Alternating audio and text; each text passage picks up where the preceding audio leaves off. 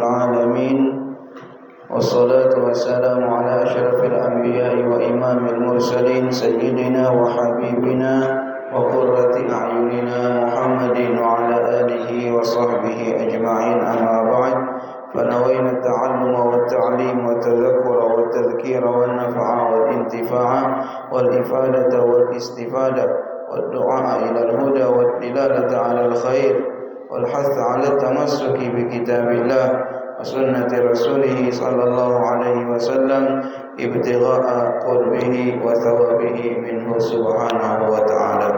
قال المؤلف رحمه الله تعالى: ونفعنا بعلومه وبعلوم سائر الصالحين إلى أن قال: أربعة من كتب تفصيلها توراة موسى بالهدى تنزيلها زبور داود وإنجيل على Isa wa furqanun ala khairil mala. Hadirin wal hadirat, bapak-bapak, ibu-ibu, jemaah salat subuh yang dirahmati oleh Allah Subhanahu wa taala. Alhamdulillah wa syukrulillah, senantiasa kita bersyukur kehadirat Allah Subhanahu wa taala, senantiasa kita memuji Allah Subhanahu wa taala, yang mana Allah Subhanahu wa taala senantiasa tidak putus-putusnya melimpahkan karunia-Nya, rahmat-Nya, nikmat-Nya, hidayah-Nya, taufiknya kepada kita semua. Sampai pada pagi hari ini alhamdulillah Allah masih panjangkan umur kita dan sehatkan badan kita. Mudah-mudahan umur kita dipanjangkan oleh Allah, disehatkan badan oleh Allah, dihindarkan dari segala macam penyakit, dijauhkan dari segala macam bala, dan diistiqamahkan kita oleh Allah Subhanahu wa taala dalam ketaatan kepadanya sampai meninggal dunia dalam keadaan husnul khatimah. Amin ya rabbal alamin. Salawat beserta salam selalu tercurah dan terlimpah keharibaan junjungan kita Nabi besar Muhammad sallallahu alaihi wasallam beserta keluarga, kerabat, zuriat, sahabat dan orang-orang yang senantiasa istiqamah mengikuti perjuangan beliau, menghidupkan sunnah-sunnah beliau, menjaga syariat-syariat beliau ila yaumil qiyamah. Hadirin wal hadirat rahimakumullah, kita lanjutkan pengajian kita dalam kitab Aqidatul Awam. Berkata musannif rahimahullah taala, arba'atun min kutubin, ada 4 daripada kitab-kitab tafsiluha yang wajib kita mengetahuinya secara tafsir. Taurat Musa bil huda, bermula yang pertama adalah kitab Taurat untuk Nabi Musa. Bil huda tanziluha, di dalamnya ada petunjuk-petunjuk yang diturunkan oleh Allah Subhanahu wa taala. Zabur Daud, dan kitab Zabur kepada Nabi Daud. Wa Injilu ala, dan kitab Injil kepada Isa, Nabi Isa alaihissalam. Wa Furqanun ala khairin mala, dan juga Al-Quran yang Allah berikan kepada sebaik-baik makhluk, yaitu baginda Nabi Muhammad sallallahu alaihi wasallam. Nah, setelah kita membahas mengenai al-imanu bil malaikah, yaitu iman dengan para malaikat, kemudian beliau akan menjelaskan kepada kita di sini al-iman bil kutub, yaitu kita itu bagaimana beriman dengan kitab-kitab yang diturunkan oleh Allah Subhanahu wa taala dari langit. Kullun amana billah wa malaikatihi wa kutubihi. Yalah, mereka itu beriman kepada malaikat-malaikat Allah dan juga beriman kepada kitab-kitab yang diturunkan oleh Allah Subhanahu wa taala. Maka berapa kitab yang diturunkan oleh Allah? Maka ujian ulama banyak, ada yang mengatakan lebih 100, 120, ada 184 mengatakan. Cuman 4 kitab yang wajib kita ketahui secara tafsir. Secara tafsir itu maksudnya adalah bukan harus hafal dari awal sampai akhir, ada. Cuman maksudnya jangan sampai ada daripada kitab tersebut atau ayat yang ada dalam Al-Quran tersebut yang kita ingkari. Nah, bila mengingkari, misalnya kalau ditanya oleh orang, Nabi Musa itu dia diturunkan kepadanya kitab Taurat. Pian percaya kakada, kabudil kakada, ada aja sidin. Nah ini cacat mencacati daripada akidahnya. Nah, yang penting orang itu beriman, dia itu beriman bahwasanya Allah telah menurunkan kitab namanya Taurat kepada Nabi Musa, Zabur kepada Nabi Daud, dan Injil kepada Nabi Isa. Nah 3 dah, tinggal Al-Quran kepada baginda Nabi Muhammad, yaitu 4 jumlahnya. Maka semua kitab-kitab terdahulu itu sudah berubah, ada asli lagi. Ujar Allah dalam Al-Quran dalam surah Al-Baqarah setengah juz. Fawailul lil ladzina yaktubuna al-kitaba biaydihim thumma yaquluna hadza min indillah liyashtaru bihi thamanan qalila. Dan celakalah orang-orang yang telah menulis atau merubah kitab-kitab ayat-ayat yang ada dalam kitab mereka dengan tangan mereka sendiri. Ya, dalam perjanjian lama misal minum-minuman itu haram. Dalam perjanjian lama kan ada perjanjian baru dengan perjanjian lama. Ada perjanjian lama misalnya makan babi itu haram. Tapi ketika perjanjian baru semua yang asalnya haram kemudian menjadi halal. Nah, itu berubah. Siapa yang menulis sehingga berubah kitab itu, maka orang-orang itu dilaknat oleh Allah Subhanahu wa taala, celakalah mereka. Tujuan mereka merubah ayat tersebut adalah liyashtaru bihi thamanan qalila, supaya mereka bisa mendapatkan keuntungan daripada keuntungan dunia. Guru bilang cari akan pengguru, kaulnya, pendapatnya. Nah, supaya nang ini jadi halal, mencari akal. Nah, padahal pendapat tamat kebanyakan ulama itu haram. Nah, itu tuh maksudnya, yaitu juga itu. Lalu dicariakan, karena banyak aja kaulnya sampai ada yang membolehkan. Nah, lalu diambillah yang membolehkan ini, padahal 100 ulama tidak membolehkan, satu yang membolehkan.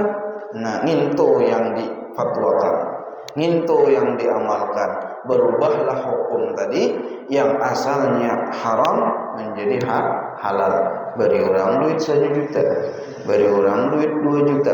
Nah, itu maksudnya ujar Allah, yaitu liyashtaru bihi thamanan qalila.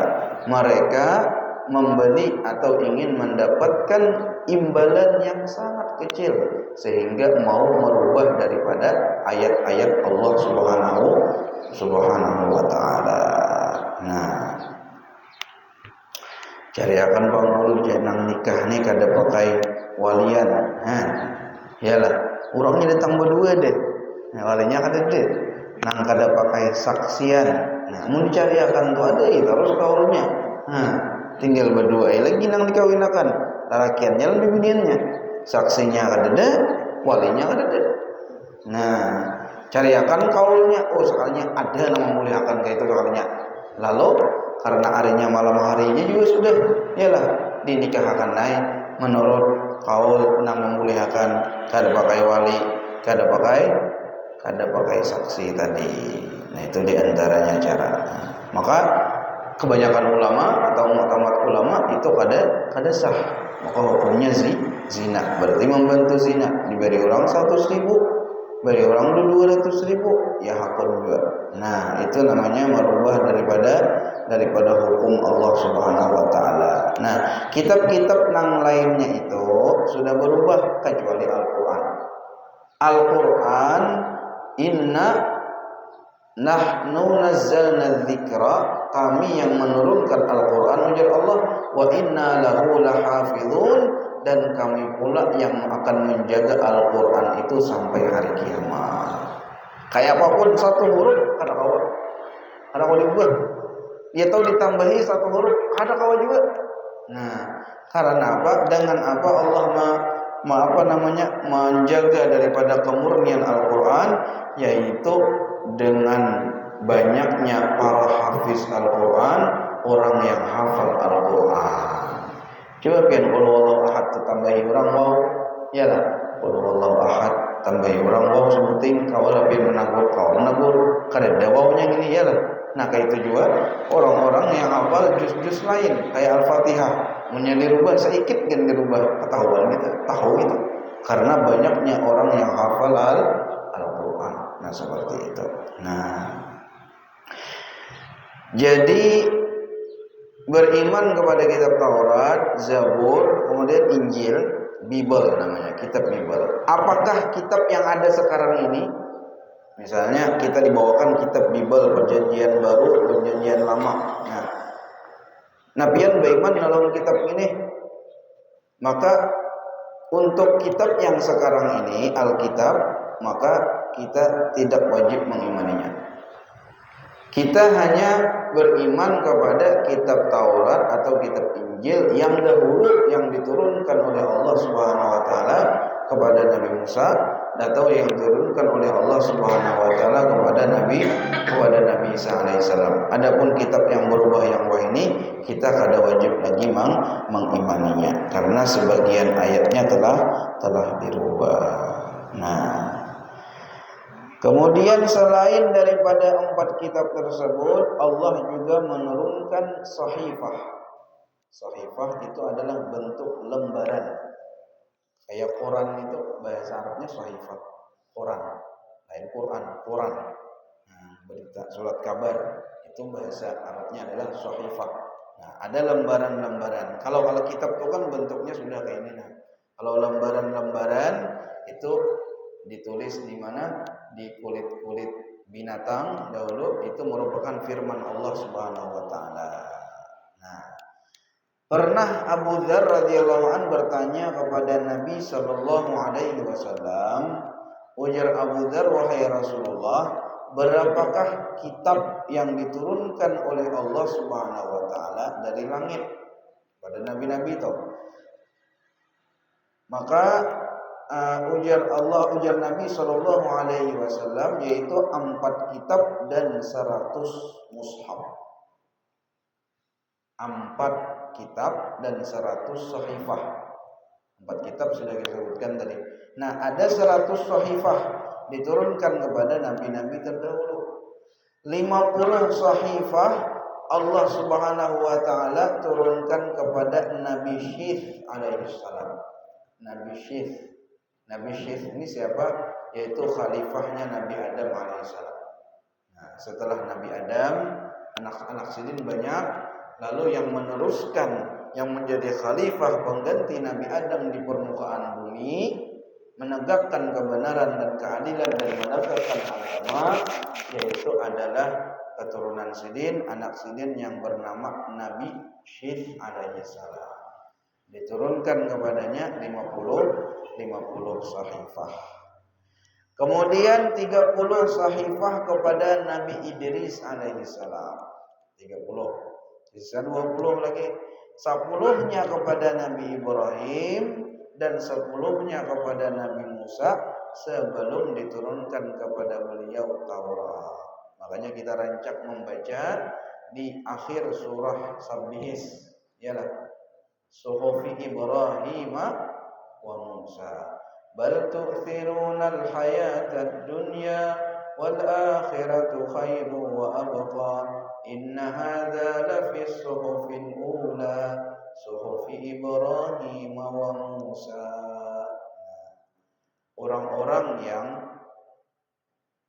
mendahulukan dunia atas akhirat, nah, mereka itu tertipu ujar Allah. Maka pelajaran seperti ini dan kejadian seperti ini sudah ada pada sahifah-sahifah yang pertama, diceritakan pada sahifah atau kitab yang diturunkan oleh Allah terdahulu. Pada apa juga? Pada suhufi Ibrahim wa Musa, pada sahifah yang Allah turunkan kepada Nabi Ibrahim dan kepada Nabi Musa alaihissalam. Nah, faidatun, berkata Wahab bin Munabbih rahmatullah alaihi, ia berkata, wajadtu fit Taurati arba'ata asturin mutawaliyatin. Ujar Imam Wahab bin Munabbih, Aku telah mendapati dalam kitab Taurat itu tertulis 4 kalimat. 4 kalimat berurutan. Apa yang pertama? Man qara'a kitab Allah. Barang siapa yang membaca kitab Allah, yaitu Al-Quran, diberikan kepadanya nikmat bisa membaca Al-Quran atau sampai menghafal Al-Quran. Fadhanna alla yaghfirallahu lahu, lalu ia menyangka bahwasanya Allah tidak mengampuni dia. Fahuwa minal mustahzi'ina bi ayatillah, maka dia termasuk orang yang mustahzi'in, mengejek atau meremehkan daripada ayat-ayat Allah Subhanahu wa taala. Nah, kalau dengan Al-Qur'an ada lagi secara khusus. Barang siapa yang menghafal Al-Qur'an, memasukkan Al-Qur'an ke dalam dadanya, maka dia menyimpan ilmu kenabian, ujar Nabi.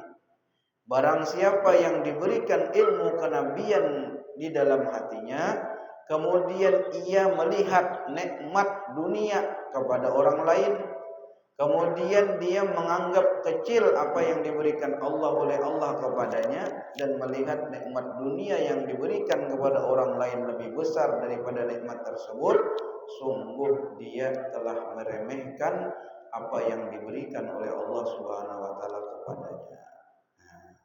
Jadi bangga, ujar guru kita dulu, kitalah bilanya belajar seayat Al-Quran tuh ataupun menghafal seayat Al-Quran tuh, maka jadi sidin kita berkeyakinan bahwasanya satu ayat ini lebih baik daripada dunia beserta isinya. Seandainya kita tuh hendak diberi ulang dunia beserta isinya, pilihannya lawan satu ayat Al-Quran, maka kita lebih memilih satu ayat Al-Quran daripada dunia beserta isinya.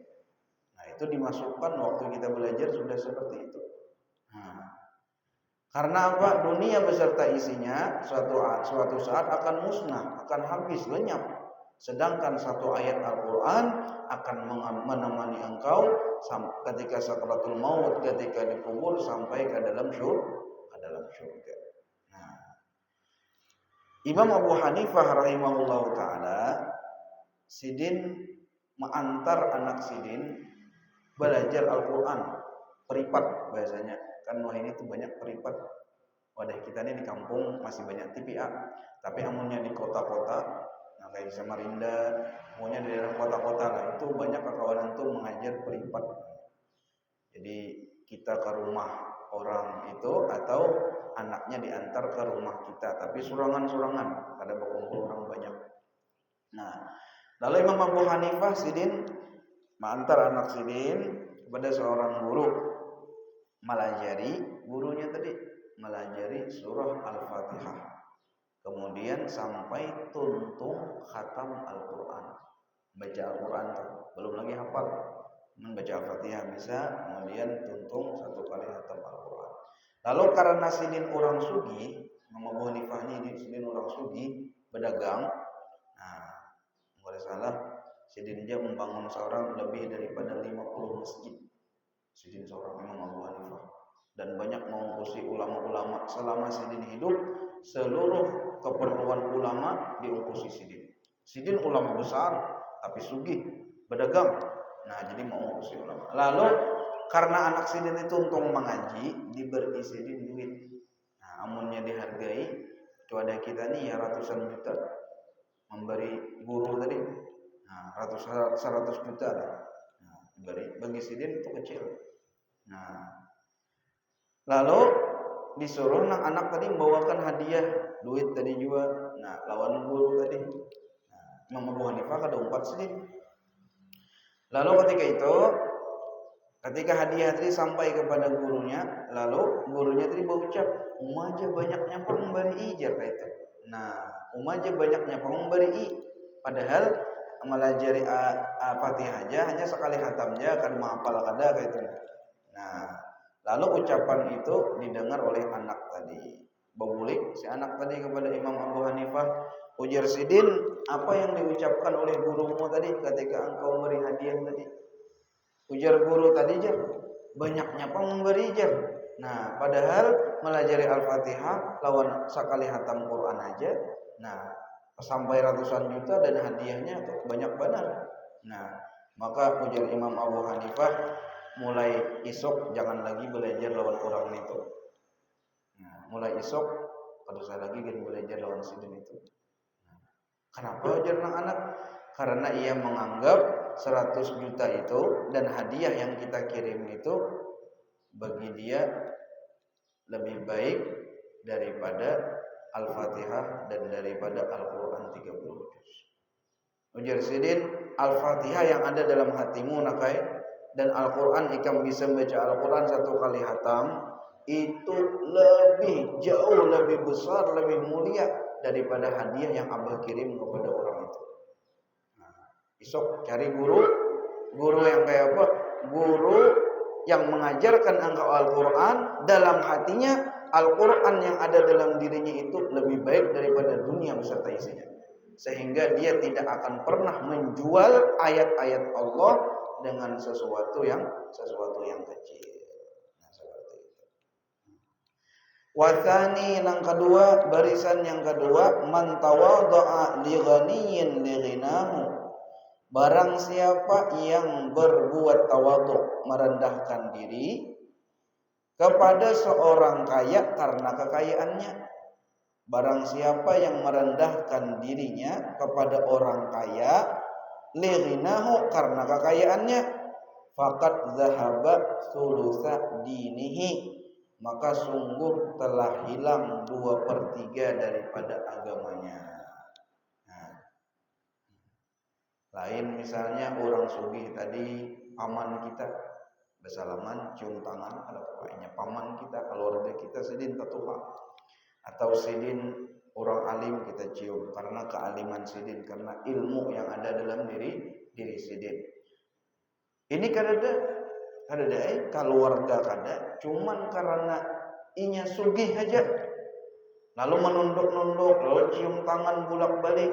Nah, atau cium tangan merendahkan diri kepada orang kaya karena kekayaannya, maka dalam Taurat tersebut disebut faqad dzahaba thulutsa dinihi, ketika dia menundukkan dirinya kepada orang kaya tersebut karena kekayaannya, maka dia telah hilang daripadanya 2/3 daripada agamanya.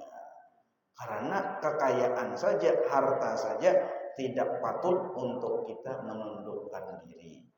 Karena harta kekayaan itu, dunia itu setelah Allah ciptakan, maka Allah tidak pernah lagi menolehnya sampai dihancurkan oleh Allah. Nah, artinya kada patut untuk dimuliakan. Kemudian wasadis, kemudian yang ketiga, man hazina ala ma fatahu sakhata qada'a rabbih.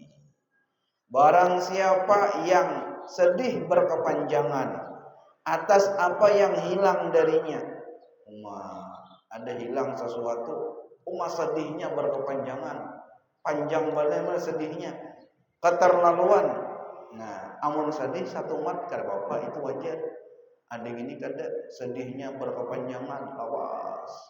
Itu ujar sidin pada hakikatnya sakhita qada'a rabbih, orang itu murka ataupun tidak menerima dengan ketentuan daripada Tuhannya. Nah, ciri orang yang beriman yakin dengan qada dan qadar, apa yang terjadi merupakan daripada Allah dan yang terbaik untuknya, maka dia tidak terlalu sedih dengan apa yang hilang darinya. Ujar Allah, dikaila taksau ala ma fatakum wa la tafrahu bima atakum. Nah, itu ciri orang yang mempunyai sifat zuhud. Mukaddimahnya tuh. Apa mukaddimahnya? Belum lagi dapat sifat zuhud.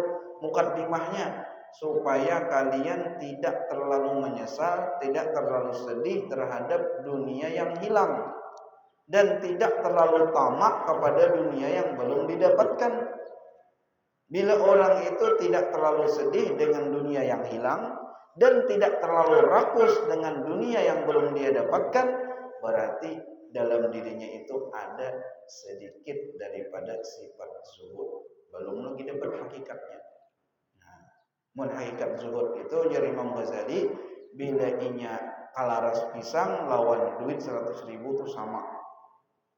Apabila emas dengan tin itu apa ngarannya? Tanah kuning dengan emas itu sama dalam pandangannya, barulah dia memiliki sifat zuhud. Itu ujar beliau adalah hakikat daripada zuhud. Cuman mukaddimahnya apa?